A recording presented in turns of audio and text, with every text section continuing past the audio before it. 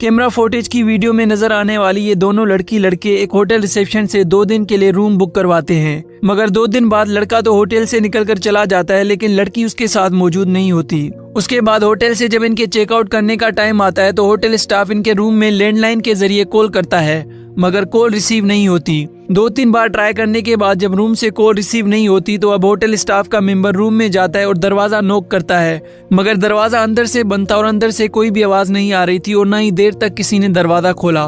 फिर hotel staff के member ने रूम की डुप्लीकेट चाबी से जब रूम का दरवाजा खोला और अंदर गया तो चीखें मारकर बाहर निकल आया, क्योंकि वहाँ उस लड़की की लाश खून से लथपथ पड़ी थी जो उस लड़के के साथ 2 दिन पहले आई थी। लेकिन अब सवाल यह है कि वो लड़का कौन था और ये लड़की कौन थी, और उस लड़के ने इस लड़की के साथ ऐसा किस लिए किया। आइए पूरी कहानी को जानते हैं। इस लड़की का नाम माया गोगोई था, जिसकी उम्र 19 साल थी और इसका ताल्लुक इंडिया गुवाहाटी का कैलाश नगर से था, मगर ये बेंगलुरु में अपनी बहन के साथ किराए के अपार्टमेंट में रहती थी और वहीं पर एक एजुकेशनल कंसल्टेंसी फर्म में जॉब करती थी। माया का एक यूट्यूब चैनल भी था जहाँ वो व्लॉग्स और मेकअप के रिलेटेड वीडियोस बनाती थी। इस तरह उसकी लाइफ बिल्कुल सुकून और बिना किसी टेंशन के गुजर रही थी, मगर उसकी लाइफ किस तरह बर्बाद होने वाली थी उसे इसके बारे में कोई भी ख्याल नहीं था।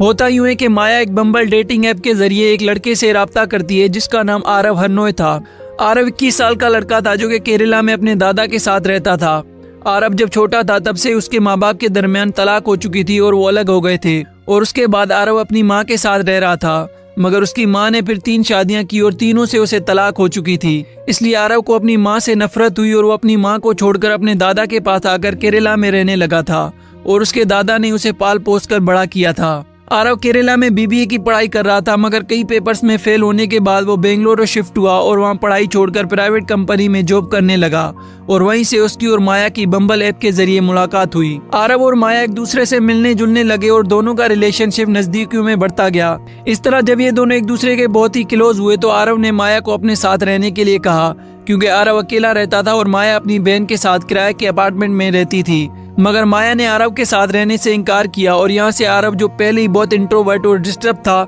जिसकी पूरी लाइफ अकेलेपन और बिना माँ बाप के प्यार से गुजरी, वो अब डरने लगा और सोचने लगा कि शायद माया अब उसके साथ नहीं रहना चाहती और वो उसे छोड़कर चली जाएगी। ये सोचकर वो घबराने लगा और उसे माया पर शक होने लगा कि माया और लड़कों से भी बात करती है, इसलिए वो उसके साथ रहना नहीं चाहती। माया को बहुत फोर्स करने के बाद जब माया उसके साथ रहने के लिए राजी नहीं हुई तो आरव ने माया को 1 दिन के लिए अपने साथ रहने के लिए मना लिया, और फिर अनफॉर्चुनेटली माया भी मान गई, जिसके बाद ये दोनों एक रॉयल लिविंग होटल से साथ रहने के लिए रूम बुक करवाते हैं। और रूम बुक करवाने के दौरान रिसेप्शन में माया फोन पर किसी से लगी हुई थी, और ये देखकर आरव को और भी गुस्सा आया और उसने फिर रूम में जाकर माया से लड़ाई की। लड़ाई के बाद इन दोनों की लड़ाई इस कदर बढ़ी कि आरव ने माया का गला दबाकर उसे कत्ल कर दिया। माया को कत्ल करने के बाद उसने माया के जिस्म पर छुरियों से इतने वार किए कि उसका पूरा जिस्म जख्मी हुआ और वो खून से लथपथ हो गई। आरव ने माया को पहले ही दिन होटल के रूम में मारने के बाद एक रात माया की लाश के साथ गुजारी और अगले दिन होटल के रूम से निकलकर चला गया और कई दिन तक पुलिस की पकड़ से भी बचा रहा।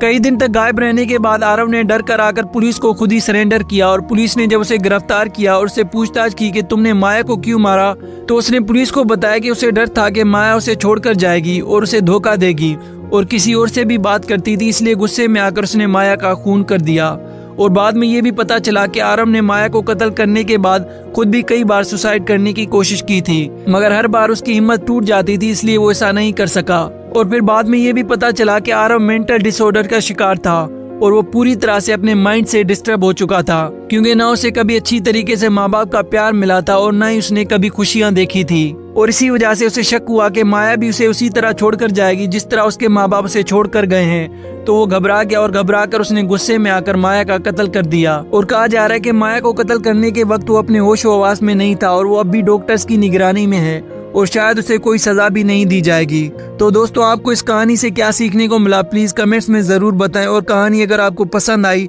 तो प्लीज चैनल को सब्सक्राइब करें और हमारे साथ रहिए। शुक्रिया।